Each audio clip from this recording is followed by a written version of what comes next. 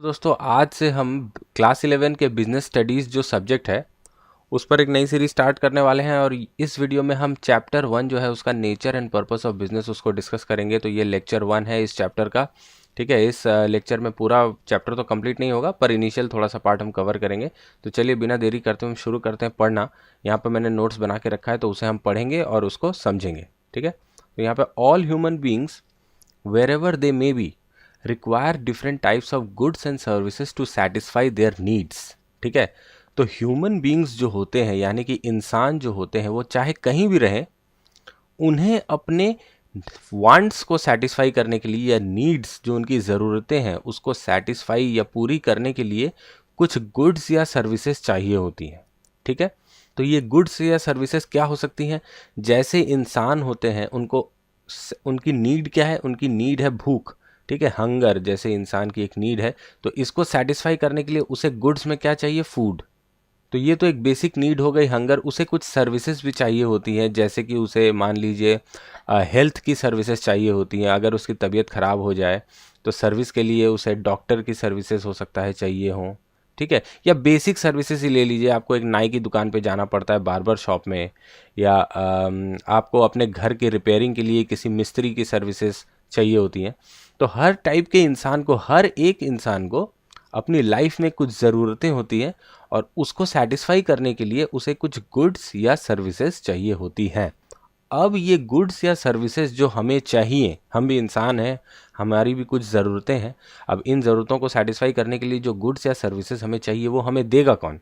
अब सतयुग तो है नहीं जो भगवान अवतार लेके नीचे आएंगे। तो इन गुड्स और सर्विसेज को प्रोवाइड करने के लिए, यानी कि हमारे नीड्स को सेटिस्फाई करने के लिए, इंसान ही एक अवतार लेके आया जिसे हम कहते हैं बिजनेसमैन।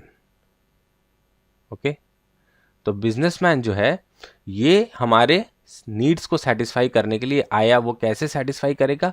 वो हमें वो गुड्स और सर्विसेज प्रोवाइड करेगा, हमें ला के देगा जो हमें हमारी ज़रूरतों को पूरी करने के लिए चाहिए। अगर हमें भूख लगी है तो बिजनेसमैन हमें खाना देगा, अगर हमें प्यास लगी है तो बिजनेसमैन हमें पानी देगा या कोल्ड ड्रिंक देगा, वगैरह वगैरह जो भी है। ठीक है, अगर हमारे बाल लंबे हो गए हैं तो एक बिजनेसमैन नाई है, वो हमारे बाल काट देगा या हमें दूसरी कोई सर्विसेज देगा।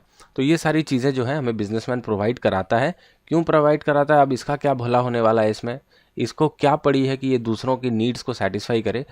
इसको इन नीड्स को सेटिस्फाई करके, यानी कि गुड्स और सर्विसेज को प्रोवाइड करके पैसे कमाने होते हैं। ठीक है, तो अर्निंग मनी, ये इसका प्राइम मोटिव होता है बिजनेसमैन का।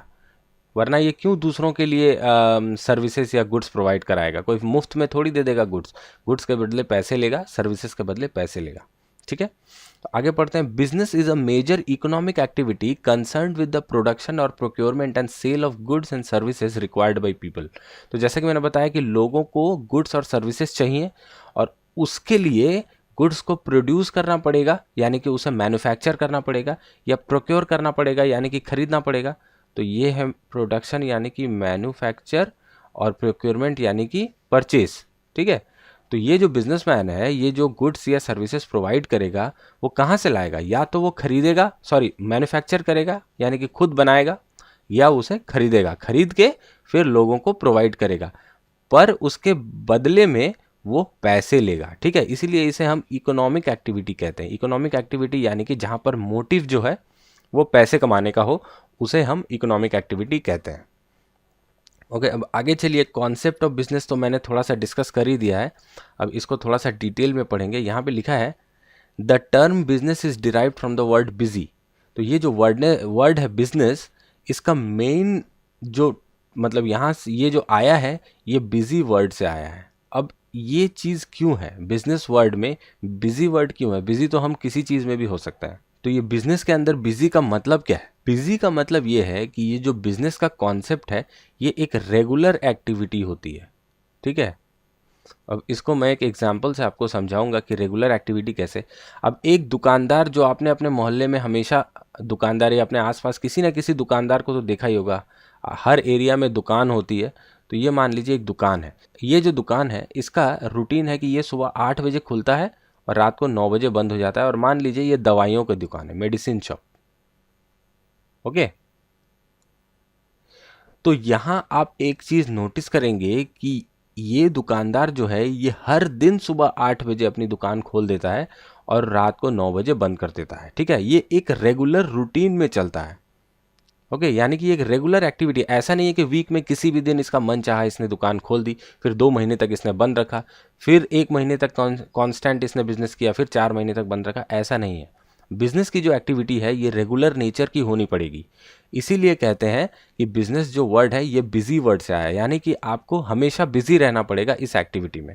ये सीजनल एक्टिविटी हो नहीं सकती, कुछ एक्सेप्शनल केसेस में सीजनल बिजनेस होता है, वरना ये एक्टिविटी जो है ये रेगुलर नेचर का होता है। इसका सबसे बड़ा एग्जांपल है कि मान लीजिए आपके घर में एक पुराना टीवी है, ओल्ड टीवी या रेडियो है। ठीक है, आपने इसको बेच दिया किसी को, अपने पड़ोसी को बेच दिया, मान लीजिए 5,000 रुपये में।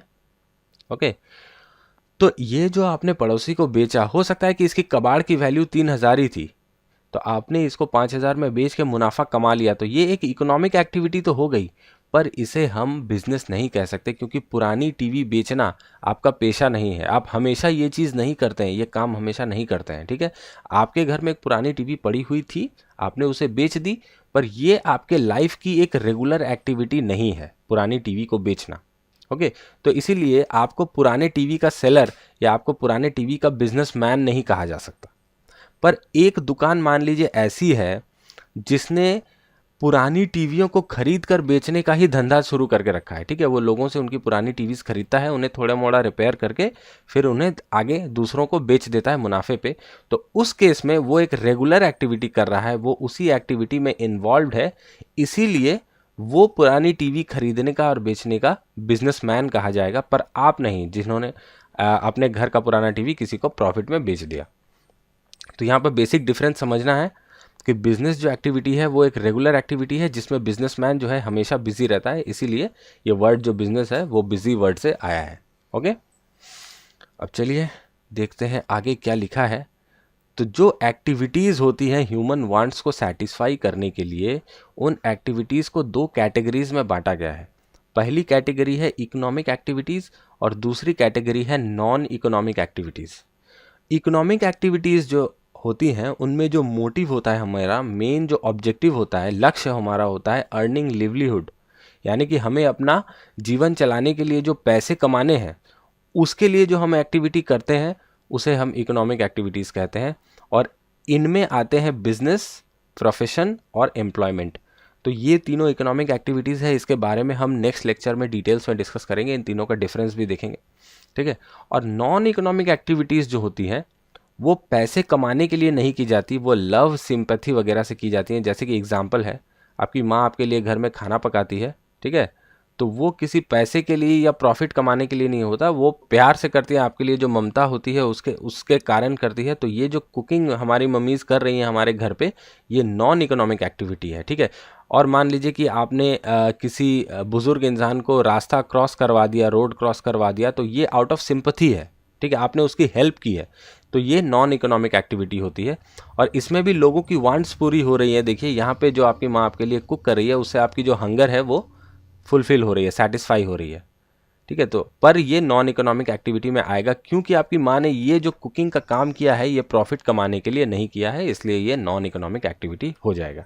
तो आपको अंतर समझ में आ जाना चाहिए। इकोनॉमिक एक्टिविटीज़ में मेनली जो मोटिव हमारा होता है वो पैसे कमाने का होता है, पर नॉन इकोनॉमिक एक्टिविटीज़ में पैसे कमाने का कोई मोटिव नहीं होता है। ओके, अब देखिए कैरेक्टरिस्टिक्स ऑफ बिजनेस एक्टिविटीज़। तो बिजनेस की जो एक्टिविटी हम करते हैं उसके कैरेक्टरिस्टिक्स, या आप इसे फीचर्स भी कह सकते हैं, फीचर्स क्या क्या हैं इन पे एक नज़र डाल लेते हैं। तो सबसे बड़ा फीचर है ये एक इकोनॉमिक एक्टिविटी है। ठीक है, इकोनॉमिक एक्टिविटी यानी कि पैसे कमाने के लिए बिजनेस किया जाता है, जैसा कि मैंने आपको पहले बता रखा है। फिर यहाँ पे देखिए प्रोडक्शन और procurement of goods and services. तो जैसा कि मैंने आपको बताया था कि जो एक बिजनेसमैन होता है उसे लोगों को गुड्स या सर्विसेज प्रोवाइड करानी पड़ती हैं ताकि उनके वांट्स जो है वो सेटिस्फाई हो सके। ठीक है, तो ये गुड्स और सर्विसेज वो तब कस्टमर्स को दे पाएगा जब वो उन्हें खुद खरीद के लाएगा या खुद प्रोड्यूस करेगा। ठीक है, तो यहाँ पे बिजनेसमैन को अपनी जो सप्लाईज हैं, मान लीजिए ये एक दुकानदार है, ये मेडिसिन बेचता है, तो ये मेडिसिन कस्टमर्स को दे पाए इसके लिए इसे खुद भी मेडिसिन्स खरीद के लानी पड़ती हैं कंपनी से या होलसेलर से या किसी से भी। ठीक है, तो इसको परचेज करना पड़ता है। और अगर ये किसी चीज़ का मैन्युफैक्चरर है, मान लीजिए कि ये दवा की दुकान ना होके कोई रेस्टोरेंट हो गया, ठीक है, जो खाना पीना सर्व करती हैं, तो इसे खुद का खाना खुद प्रोड्यूस करना पड़ेगा और तब वो जाके कस्टमर्स को सप्लाई कर पाएंगे। तो उन्हें बिजनेसमैन को या बिजनेस को गुड्स को या सर्विसेज को खरीदना या मैन्युफैक्चर करना पड़ता है। अब थर्ड पॉइंट देखते हैं, सेल और exchange of goods and services for the satisfaction of human needs. तो ये जो बिजनेसमैन है, ये जो गुड्स प्रोड्यूस या प्रोक्योर कर रहे हैं, यानी कि जो बना रहे हैं या खरीद रहे हैं या जो सर्विसेज प्रोवाइड कर रहे हैं, वो किसको देते हैं? आगे देते हैं, बेच देते हैं कस्टमर्स को उनकी ह्यूमन नीड्स को सेटिस्फाई करने के लिए, ठीक है। तो ये जो बेचते हैं इसके बदले में वो क्या लेते हैं? पैसे लेते हैं, ठीक है। तो इन एक्सचेंज ऑफ वैल्यू लिखा है, देखिए यहाँ पर फॉर वैल्यू। तो ये वैल्यू जो है ना, ये वैल्यू कुछ नहीं बल्कि पैसे हैं, मनी। यहाँ लिखा है डायरेक्टली और इनडायरेक्टली बिजनेस इन्वॉल्व्स ट्रांसफर और exchange of goods and services for value. Businessman जो है वो गुड्स और सर्विसेज को क्या करता है? ट्रांसफर करता है किसको? कस्टमर को, और उसके बदले क्या लेता है? वैल्यू लेता है, मतलब यानी कि पैसे लेता है। ओके, अब आगे पढ़ते हैं, dealing in goods and services on a regular basis. तो जैसा कि मैंने बताया कि कोई एक एक्टिविटी अगर आपने सिंगल ट्रांजैक्शन कर दिया है परचेज और सेल का, तो वो बिजनेस नहीं होगा। आप जो भी चीज़ का बिजनेस कर रहे हैं, आपका वो रेगुलर नेचर का एक्टिविटी होना चाहिए, ठीक है। जैसे मेडिसिन शॉप का दुकानदार है, वो रेगुलरली मेडिसिन अपने होलसेलर से खरीद के ला रहा है और कस्टमर्स को बेच रहा है। आपने अगर किसी एक दिन एक पत्ता मेडिसिन का किसी से खरीद के लाया और किसी को बेच दिया और उसके बाद आपने ज़िंदगी में कभी ना मेडिसिन खरीदा ना बेचा, तो मेडिसिन खरीदना या बेचना आपका बिजनेस नहीं हो सकता। जैसा कि मैंने ओल्ड टीवी के सेल वाले एग्जाम्पल में बताया था कि ये जो एक्टिविटी है ये रेगुलर नेचर की होनी चाहिए। ओके, अब आगे देखिए, uncertainty of return and exposure to risk. तो बिजनेस जो होता है इसकी एक खास बात है, एक बहुत ज़रूरी बात ये आपको ध्यान में रखनी है कि हमेशा बिजनेस में जो प्रॉफिट ही होगा, इसकी कोई गारंटी नहीं है, और कितना प्रॉफिट होगा ये भी आप श्योरली नहीं बता सकते। ओके, आप जो है अज्यूम कर सकते हैं कि आपको कुछ प्रॉफिट होने वाला है, पर वो एग्जैक्टली कितने पैसे आप एक साल में या 6 महीने में कमा पाएंगे बिजनेस से, वो कोई गारंटी के साथ नहीं बता सकता। और कभी कभी तो ऐसा भी होता है कि हमें प्रॉफिट की जगह लॉस हो जाती है। उसमें एक रिस्क का कंपोनेंट रहता है। वो कैसे? देखिए क्या क्या कारण है रिस्क के कंपोनेंट्स के। कंज्यूमर के टेस्ट में और फैशन में चेंज का आ जाना। मान लीजिए आपके कपड़े का शोरूम है और आपने जो स्टॉक आपका बहुत सारा रखा हुआ है वो अब पुराने फैशन का हो गया, उसको लोग अब खरीदना नहीं चाह रहे हैं, ठीक है। कंज्यूमर का जो है वो टेस्ट बदल गया है, वो अब नए टाइप के कपड़े खरीदना चाह रहे हैं, तो आपका जो पुराना स्टॉक है वो पूरा पड़े पड़े बर्बाद हो जाएगा। तो ये इस केस में आपको लॉस हो जाएगा, ठीक है। स्ट्राइक हो गई आपकी फैक्ट्री में, या लॉकआउट हो गया, आपके एम्प्लॉयज़ ने हड़ताल कर दी किसी कारण से, या मार्केट में जो कंपटीशन है वो इंक्रीज़ हो गया। मार्केट में कंपटीशन इंक्रीज हो जाने का मतलब, मान लीजिए कि कोई एक नया सेलर आ गया है मार्केट में जिसने आपके बगल में दुकान लगा ली है और वो आपसे कम दाम में जो है प्रोडक्ट्स बेच दे रहा है, या आपसे अच्छे क्वालिटी के प्रोडक्ट्स वो बेच पा रहा है। या हो सकता है कि आपके दुकान में आग लग गई हो, चोरी हो गई हो, कोई एक्सीडेंट हो गया हो, या बाढ़ वगैरह से, नेचुरल कैलेमिटीज़ यानी कि बाढ़ वगैरह जो होती है, भूकंप, बाढ़ वगैरह, उनसे आपके बिजनेस को नुकसान हो गया हो, ठीक है। तो ये बिजनेस के लिए कभी भी पॉसिबल नहीं है कि वो रिस्क को कंप्लीटली दूर भगा सकें, ठीक है। रिस्क हमेशा बिजनेस में रहेगा ही रहेगा, इसे आप पूरी तरह से कभी भी एलिमिनेट नहीं कर सकते। तो आज के वीडियो में बस इतना ही। आप ज़रूर कमेंट करके बताइएगा कि ये वीडियो आपको कैसा लगा। अगर आपको वीडियो अच्छा लगा हो तो आप इसको लाइक ज़रूर कीजिएगा और शेयर भी कर दीजिएगा। और अगर मेरे चैनल को आपने सब्सक्राइब नहीं किया है तो चैनल को सब्सक्राइब भी कर लीजिएगा। इस वीडियो को देखने के लिए आपका बहुत बहुत धन्यवाद। आपका दिन शुभ हो।